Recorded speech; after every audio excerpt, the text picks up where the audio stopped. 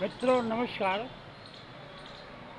हम अभी तक जो कार्यक्रम अपने चैनल के माध्यम से प्रस्तुत करते थे, निरंतर कर ही रहे हैं। अभी तक हमने अध्यात्मवाद, कुछ समाज के प्रति, कुछ देवी देवताओं के प्रति चलता रहा। आपका सहयोग भी हमें भरपूर मिलता रहा, और कुछ परिस्थिति के कारण हमें बीच में थोड़ा सा रुकना पड़ा, जो कि हमारे मन को शांति नहीं मिल पाई कि ये कार्यक्रम क्यों रुका। हमने पुनः प्रयास किया प्रभु हनुमान जी का नाम लेकर। हम शुरू करते हैं मारुति नंदन मारुति का, जिसके बाद में हनुमान, मारुति हनुमान जी के नाम हुए प्रसिद्ध। जिस समय स्वर्गलोक के अप्सरा जो वहाँ से पृथ्वी लोक पर आई थी, कुंज स्थला नाम की अप्सरा थी, और वो नदी के किनारे पर बैठ करके अपना मुखड़ा देख रही थी। दुर्वासा ऋषि जी भी वहाँ से आए कहीं, उन पर उन्होंने ध्यान नहीं दिया कुंजस्थला ने। तो उन्होंने कहा कि जो तुम इस अपने रूप में मग्न हो, ये आपका बानरी रूप हो जाएगा। अब आप बानरी बन के जाएंगे। अब वो बड़ा बिलखने लगी, प्रायश्चित करने लगी।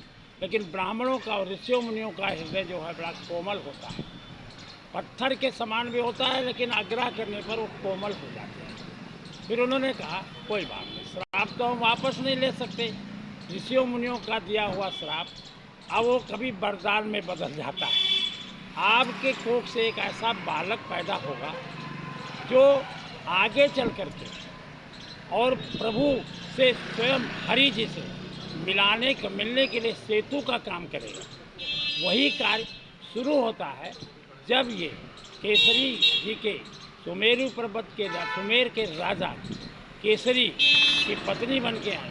तो इनका वहाँ जब जन्म होता है, ऋषि मुनि आते हैं, और ऋषि मुनि आकर के इनको देखते हैं, इनकी कुंडली देखते हैं, तो वो कहते हैं ये बहुत स्वभाव के चंचल होंगे और खेल कूद में भी माहिर होंगे, उछल कूद भी करते रहेंगे। ऐसा उन्होंने ऋषियों मुनों ने उनको बताया, और कहा ठीक है भाई, जैसा भी है। तो उनका नाम, तो उसी समय उनका नाम मारुति रखा गया। और वो मारुति जी जो थे अपने चंचलता के थे, दिव्य स्वरूप थे, भक्ति वे परिपूर्ण थे। अपने जो कार्य होता था प्रभु का नाम लेकर के ही वो शुरू करते थे, और अंततः वो प्रभु में ही लीन रहते थे। आज बस इतना ही हम करेंगे। कल से इसके बारे में हम चर्चा करेंगे, और निरंतर हनुमान जी के, मतलब पहले मारुति हनुमान के बारे में हम चर्चा करते रहेंगे। इनकी कुछ कथाएं, कुछ लघु कथाएं, और जो भी इनके कार्यक्रम हुए हैं, जहाँ से इनका जन्म हुआ है, और प्रभु का अवतार लेने तक का जो सामग्री हमें मिलेगी कि प्रभु का अवतार भी किसके माध्यम से हुआ। इसमें अयोध्या भी ये गए, अयोध्या नगरी में भी गए हैं, और गुरुओं के साथ, वशिष्ठ जी के साथ परामर्श किया है। और ये सब सारी चीज़ें हम धीरे धीरे थोड़ा करके आपको भेजेंगे। इन शब्दों के साथ मैं विराम लगाऊंगा। जय हिंद, जय भारत।